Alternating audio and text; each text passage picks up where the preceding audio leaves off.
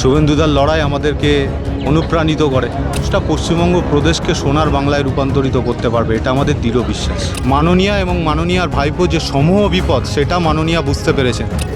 সবে তো ফিল্ম শুরু হয়েছে, দেখুন শেষ পর্যন্ত। ওনার 700 বছর জেল আর 40,000 বছর কারোদের পিছনে থাকা উচিত, কিন্তু ভারতীয় সংবিধান অনুসারে উনি যা যা করণীয়, ভারতীয় জনতা পার্টি ওনাকে জেলে পাঠানোর জন্য আইন অনুসারে তাই করবে। আমরা আমাদের প্রদেশ নেতৃত্ব, প্রদেশ সভাপতি শ্রমিক ভট্টাচার্য মহোদয় বলেছিলেন যে আমাদের মুখ্যমন্ত্রী গঠন হওয়ার পর আমরা কিছু ব্যবস্থাপনা করি যাতে সমস্ত কার্যকর্তা যারা এতদিন ধরে পরিশ্রম করেছে তাদের সঙ্গে বসে একটা সহভোজ, একসঙ্গে বসে, দেখেছেন আমরা সবাই মাটিতে বসে একসঙ্গে খেয়েছি। এই সমস্ত কার্যকর্তা, শৃঙ্খলাবদ্ধ কার্যকর্তা এখানে এসছে, সবাই শৃঙ্খলাভাবে এসছেন। তারপর আমরা এখানে একসঙ্গে খাওয়া দাওয়া করেছি, করে এখনও দেখতে পাচ্ছেন এখানে সবাই খাওয়া দাওয়া চলছে। এটা জয়োল্লাস বা অন্য কোনো উদযাপনের জন্য না, এটা এতদিনের পরিশ্রমের পর একটু তৃপ্তি পাওয়া, পরিত্রাণ পাওয়ার জন্যে আমরা সবাই এক জায়গায়।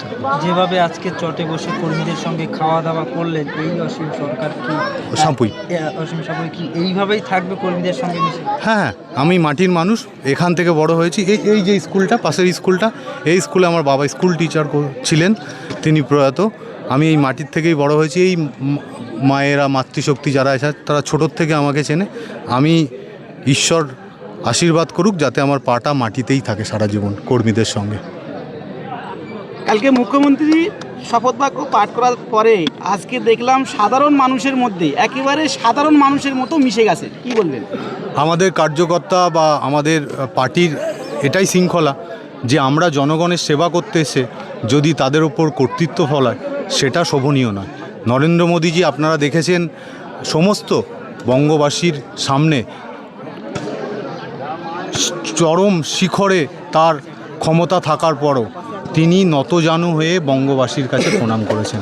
আমাদের নেতা যখন সমস্ত মানুষের কাছে নতজানু হয়ে প্রণাম করতে পারে, আমরা তো তার একানিষ্ঠ সৈনিক, তাই আমরা সমস্ত মানুষের সেবার জন্যে সারা জীবন বলিদান দিতে পারি। আপনি ক্যানিংয়ে বাহারুলের বিরুদ্ধে প্রতিদ্বন্দ্বিতা করেছিলেন এবং অভিযোগ যেটা উঠছে যে ক্যানিংয়ে ভোট গণনা কেন্দ্র থেকে কারচুপি করেছে তৃণমূলের নেতৃত্ব। হ্যাঁ, প্রায় 70 কাছাকাছি, 70 to 75-এর কাছাকাছি ইভিএম মিসম্যাচ ছিল, কোথাও সিল ওপেন ছিল, কোথাও আপনারা জানেন ক্যানিং পূর্বে কতটা সন্ত্রাস কবলিত। সেই জায়গা থেকে দাঁড়িয়ে আমরা যেখানে নিজেদের এজেন্ট দিতে পারিনি, সেখানে এজেন্টের সিগনেচার ছিল।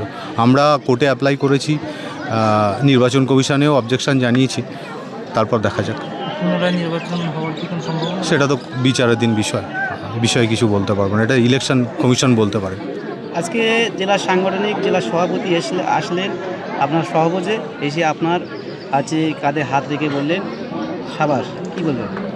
উনি বরাবরই আমাকে স্নেহ করেন, আমরা একসঙ্গে অনেক বছর ধরে কাজ করছি। আমি যুব মোর্চার প্রেসিডেন্ট ছিলাম, উনি তখনও প্রেসিডেন্ট ছিলেন, এখনও উনি প্রেসিডেন্ট আছেন, আমি এখন জেলার সাধারণ সম্পাদক। তাই উনি আমার নারী নক্ষত্র সব জানে, সাংগঠনিক বিষয়ে দক্ষতা, কোথায় আমার প্রবলেম আছে, তার খুঁটিনাটি বিষয় উনি পুঙ্খানুপুঙ্খভাবে আমাকে ধরিয়ে দেন, তাই ছোট ভাইয়ের মতো স্নেহ করেন। তাই আজকে এই সম্পূর্ণ ব্যবস্থাপনা ওনার সহযোগিতা ছাড়া এটা করা সম্ভব হতো না। সঙ্গে আমার যারা কার্যকর্তা আসে, বিশেষ করে আমার গ্রামের কিছু কার্যকর্তা যারা সারা রাত জেগে অক্লান্ত পরিশ্রম করে এই কার্যক্রমটা বাস্তবায়ন করেছে, তাদেরকে ধন্যবাদ। রাজ্যের মুখ্যমন্ত্রী হলেন শুভেন্দু অধিকারী, কীভাবে চেনেন বা কীভাবে সে কাজ করবেন? শুভেন্দুদার সঙ্গে আমার ব্যক্তিগতভাবে অত্যন্ত সুসম্পর্ক। শুভেন্দুদা আমাদের সবার নেতা আপাতত পশ্চিমবঙ্গ প্রদেশে। শুভেন্দুদার লড়াই আমাদেরকে অনুপ্রাণিত করে। শুভেন্দুদা 2021-এর আসার পর থেকে সমস্ত কার্যকর্তা পোস্ট পোল ভায়োলেন্সের পরও আবার ফাইট ব্যাক করতে পেরেছে। আর এই মানুষটা পশ্চিমবঙ্গ প্রদেশকে সোনার বাংলায় রূপান্তরিত করতে পারবে, এটা আমাদের দৃঢ় বিশ্বাস। এই যে ভাতা যেটা বাড়ানো হয়েছিল, বাড়ানো হবে? আমরা এখনও পর্যন্ত যে সমস্ত প্রদেশে ক্ষমতায় এসেছি বা ভারত সরকার যে প্রকল্পগুলো দেব বলে ক্ষমতায় এসেছিলেন, আপনারা সবই জানেন যে মোদিজি যা বলেন তাই করে দেখান। তাই মোদি কি গ্যারান্টি হিসাবে একটি ওয়ার্ড এখন ভারতবর্ষে চলছে। তাই পশ্চিমবঙ্গ যে সমস্ত গ্যারান্টি দিয়েছে, সে অন্নপূর্ণা ভাণ্ডার বলুন, বার্ধক্য ভাতা, বিধবা ভাতা ডবল বলুন, নারী কল্যাণের বিষয়ে দুর্গা স্কোয়াড বলুন, বা যুব আর যুবতীদের জন্য 3,000 টাকা বলুন, সমস্ত কিছু বাস্তবায়ন হবে। ব্যানার্জি বলছে বিজেপিকে হারানোর জন্য আমি বামফ্রন্টেরও হাত ধরতে রাজি আছি, বার্তা দিচ্ছে। মমতা ব্যানার্জি কার সঙ্গে হাত ধরবেন, কার সঙ্গে ছাড়বেন, সেটা একান্তই তাদের পলিটিক্যাল ম্যাটার এবং তাদের বিষয়। আমি তৃণমূল কংগ্রেসের মুখপাত্র নয়, উনি এখন বিরোধী নেত্রী। আমরা এতদিন পর্যন্ত বিরোধিতা করে এসেছি, উনি সুষ্ঠু নিরপেক্ষভাবে বিরোধিতা করুন, যাতে পশ্চিমবঙ্গের উন্নতি হয়। সাংগঠনিক বা প্রশাসনিকভাবে ওনাদের মতো আমরা কোনো ভায়োলেন্স করব না। ওনারা এখানে বিরোধী হিসাবে বিরোধীদের যা কর্তব্য সেটা পালন করার জন্য সুষ্ঠু বাতাবরণ পাবে। দাদা, মহিলাদের উদ্দেশ্যে কি বলবেন? কারণ তৃণমূলের নেতারা বলতো মহিলাদেরকে, বিশেষ করে যে বিজেপি ক্ষমতায় আসলে লক্ষ্মীর ভাণ্ডার বন্ধ করে দেওয়া হবে। যারা চিন্তিত রয়েছে মহিলারা, তাদের জন্য এই লক্ষ্মীর ভাণ্ডার নিয়ে কী বক্তব্য? মাতৃশক্তিদের তৃণমূল ঠিক বলতেন, আমরা লক্ষ্মীর ভাণ্ডার বন্ধ করে দেবো। আমরা অন্নপূর্ণার ভাণ্ডার মাতৃশক্তিদের জন্য 1,500 টাকার বদলে 3,000 টাকা দেবো। তাই ওনারা তো ঠিক বলতেন, ভুলের কিছু তো বলেননি। আমরা মাতৃশক্তিদের জন্য 3,000 টাকা করে দেব এবং মাতৃশক্তিদের উন্নতির জন্যে আমরা বাস, সরকারি বাসে ফ্রি অফ কস্টে ওনারা যাতায়াত করতে পারবেন। সংবিধান 4 তারিখের পরে আমরা দেখতে পাচ্ছি এই ক্যানিং পূর্বেতে বিজেপির পতাকা দেখা যেত না, মানুষ ভয়ও করতো, কিন্তু 4 তারিখের পরে যেভাবে মানুষ বিজেপির পতাকা নিয়ে ছুটছে, রাতারাতি বিজেপি হয়ে যাচ্ছে, এ বিষয়ে কি বলবেন?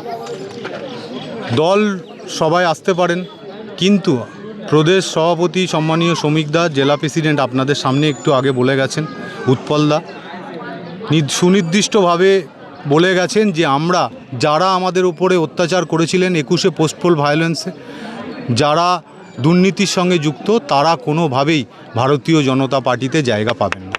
সংবিধানের নিয়ম আছে, দল যদি ম্যান্ডেট না পায় তাহলে রাজভবনে গিয়ে ইস্তফা দিতে হয়। কিন্তু এই প্রথম দেখা গেল ভারতবর্ষের ইতিহাসে নজির হয়ে থাকলো যে মুখ্যমন্ত্রী তিনি রিজাইন দিলেন না, গভর্নর তাকে সাসপেন্ড করে আবার মুখ্যমন্ত্রী শপথ বাক্য পাঠ করেন। কী বলবেন? মুখ্যমন্ত্রী এই বিষয়ে আপনারা সবাই জানেন, 15 বছর যে ক্ষমতা অপব্যবহার করেছে, এই ক্ষমতা চলে গেলে মাননীয়া এবং মাননীয়ার ভাইপো যে সমূহ বিপদ, সেটা মাননীয়া বুঝতে পেরেছেন। তার জন্য তিনি ইস্তফা দিতে রাজি হননি। সাংবিধানিক হিসাবে আমাদের সবার কর্তব্য যে আমরা হেরে গেলে মুখ্যমন্ত্রীর পদ থেকে ইস্তফা দিতে হয়, কিন্তু সেটা তিনি করেননি। তার একমাত্র কারণ শুধুমাত্র ক্ষমতায় বসে থাকার লোভ, আর কিচ্ছু না। আচ্ছা, অনেকের প্রশ্ন যে কয়লা চুরি, বালি চুরি, বিভিন্ন অভিযোগ আছে তৃণমূল কংগ্রেসের অভিষেক ব্যানার্জির উপরে, বিজেপিকে তাকে জেলে দিতে পারবে? সবে তো ফিল্ম শুরু হয়েছে, দেখুন শেষ পর্যন্ত কী হয়।